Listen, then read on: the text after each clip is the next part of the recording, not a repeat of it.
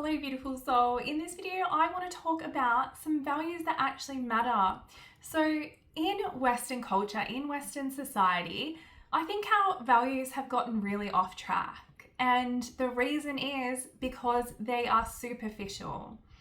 So, superficial people, superficial reasons for doing things. It's just not authentic. There's no depth.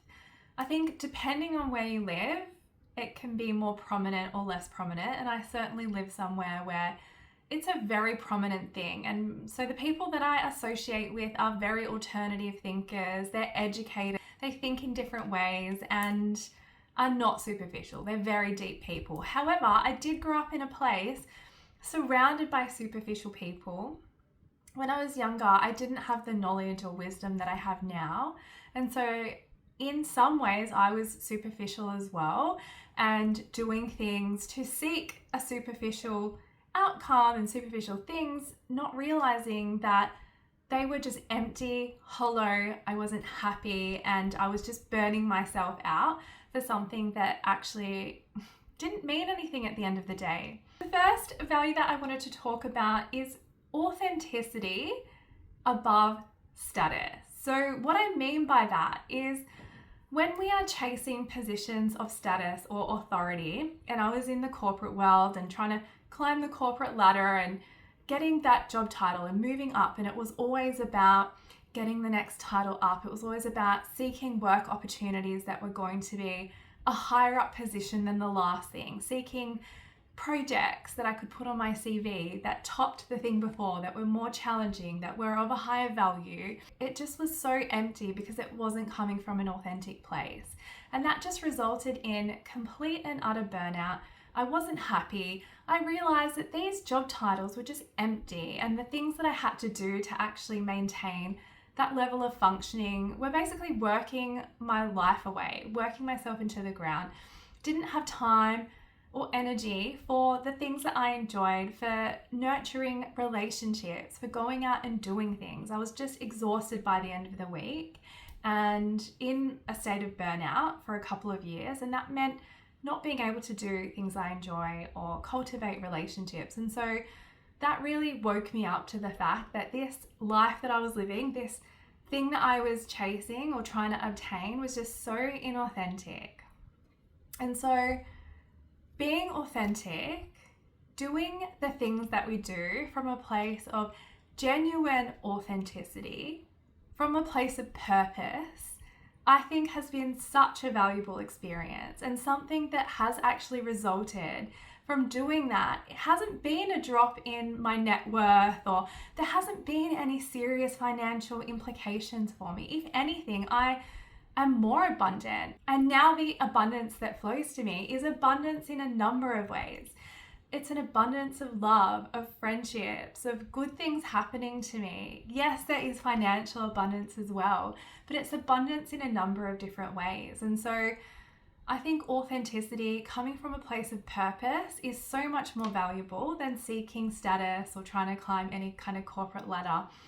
So the next one is about freedom, and I'm specifically talking about freedom when it relates to things like wealth over and above things like materialism. So when we're looking at superficial values, materialism seems to be this indicator of wealth or perceived wealth that people are always chasing. So I read this book called The Millionaire Next Door, and that was really eye-opening to kind of ground into this reality that most millionaires, you wouldn't even know that they are millionaires.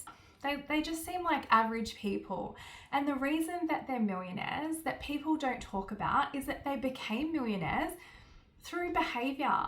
It's not about wearing your wealth. Most wealthy people don't wear flashy clothes. They don't wear really loud brand name items. They wear nondescript clothing. They drive average mid-range cars. They live in regular suburbs. You wouldn't even know that they're millionaires. And so people who chase materialism, and this is true of the people that I know, and it might be different for others, but in my experience and from what I've seen, The people that chase materialism and are always trying to portray an image of wealth actually have the worst financial situations. They might have a really good income, and income is not an indicator of wealth, in my opinion. Net worth is the only measure of wealth that I actually deal with. Anything else is a superficial way to look at it. So people might have a really great income, but they're constantly trying to keep up with their friends. I've had friends in the past, and I don't really associate with people like this anymore, but they would judge each other based on what they were wearing, and if it was this season or last season, or there was this like real superficial bitchiness and competition that I don't experience anymore, thankfully, because my friendships are deep and based on other things. But that to me is really sad, that there is this competition, but that's also a lot of pressure to keep up with other people, and it's actually not creating long-term wealth. And for me, one of my ultimate values is actually freedom. And there is no freedom like the freedom of knowing that you're financially secure, of knowing that you can quit that toxic job tomorrow if you need to and be fine for a really extended period of time if you need to be. Like, there's nothing that helps me sleep better at night knowing that I don't have debt collectors calling me. And this is like applicable to one of the friends that I had many years ago who did try and keep up with others. Like, the credit card companies were always calling her phone, and she was constantly in this state of stress about money. Like, I lent her money on a number of occasions to buy groceries for that week because she'd run out and all of these things. But then there was also this keeping up with physical appearance, making sure she wore the right things all the time. She didn't like to wear things more than once, like all of these kind of behaviors around money, and going into debt for those sorts of reasons as well, to portray an image. So a lot of consumer debt, which is not the kind of debt we want to be getting ourselves into. So freedom comes from actual wealth. Materialism is a superficial portrayal of wealth that, in my experience, doesn't actually indicate wealth. It just indicates a good income and values that are based around materialism. And the final value that I wanted to mention that actually matters is well-being over physical appearance. So when I was a lot younger, I was so insecure about my body and the way I looked, and would pick myself apart and just be really mean to myself when it came to my physical appearance and how I looked. And I did a whole bunch of soul searching in my burnout and realized that the way I looked wasn't as important as feeling well, as feeling whole within myself, as loving myself, as feeling happy, as being healthy, as nourishing myself.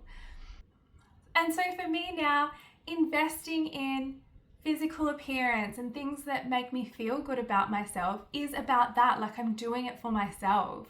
I'm no longer doing it for external validation. I get up and I get dressed and I put makeup on and I do my hair for myself. Even if I'm at home, like, I'll just do that for myself. I'm not doing it for anyone else.